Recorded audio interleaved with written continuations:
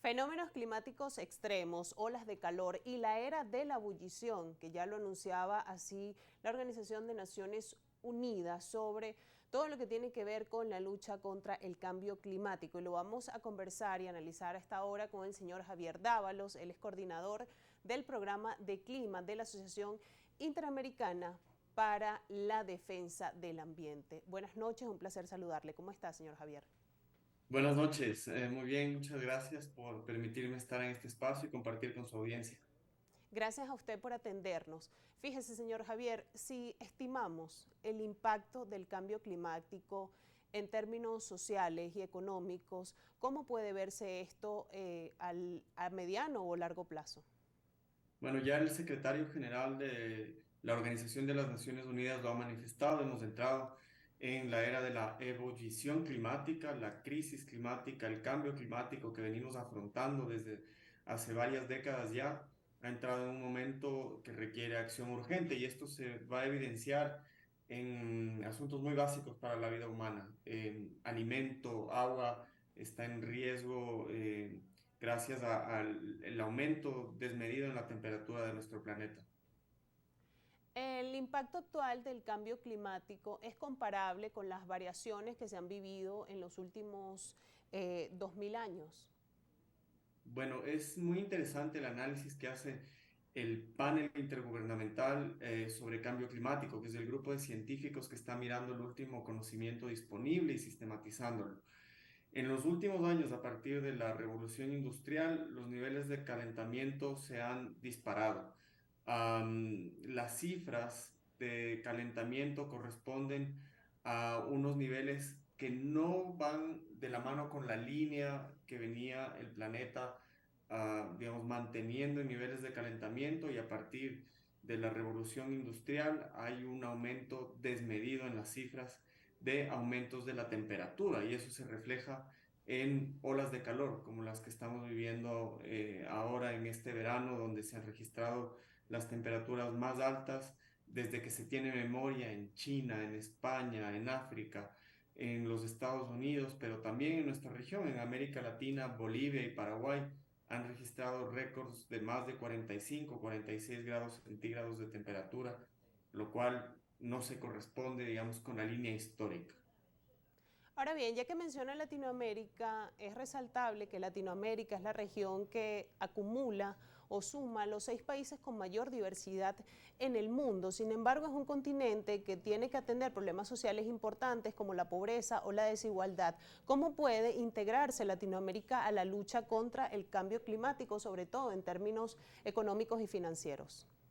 Es una pregunta clave. Nuestra región es una de las más desiguales del mundo, es una de las que menos ha aportado en términos completos a los gases de efecto invernadero que han producido el cambio climático, la crisis climática. Sin embargo, nuestra región al mismo tiempo cuenta con ecosistemas clave que pueden ser reguladores del clima, como la Amazonía, como los páramos, los arrecifes de coral, y que tienen que ser protegidos. Entonces, en América Latina tenemos una responsabilidad muy grande, que es acelerar la transición energética, no solamente por el problema global del cambio climático, sino porque tenemos la gran responsabilidad de proteger estos ecosistemas y las personas que habitamos en ellos. En América Latina, entonces, si bien consta con tal vez dos de los mayores emisores en términos de hidrocarburos de la región, las empresas públicas de petróleo de México y de Brasil, y podríamos sumar también la empresa de petróleos de Venezuela, al mismo tiempo tiene una condición de menor responsabilidad a nivel global. Los mayores emisores son Estados Unidos y China.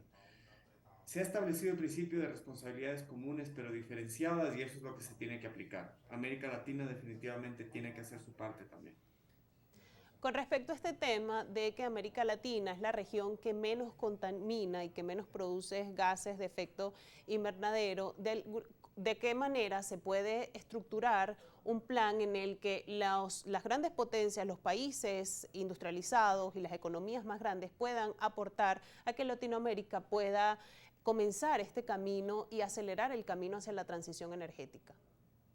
Bueno, hay dos maneras, dos caminos. América Latina ha estado históricamente dependiendo de la compra de los insumos, las materias primas que producimos, insertándonos en la economía internacional como proveedores de commodities, y eso ha permitido que otros países tengan un desarrollo tecnológico mayor, un desarrollo económico mayor, y este es el momento para que América Latina pueda dejar de ser la reserva de commodities del mundo. Lo pasó con el caucho, pasó con el petróleo, ahora está sucediendo con el gas, puede pasar con el litio, con el cobre, y es importante entonces que nuestra región empiece también a no solamente explotar sus recursos naturales y exportarlos, sino caminar hacia una transición energética justa, donde podamos, por un lado, agregar valor a nuestros productos y por otro, enfocarnos en proyectos de energías renovables con generación distribuida y además beneficiando el acceso a la energía. Y el otro camino es definitivamente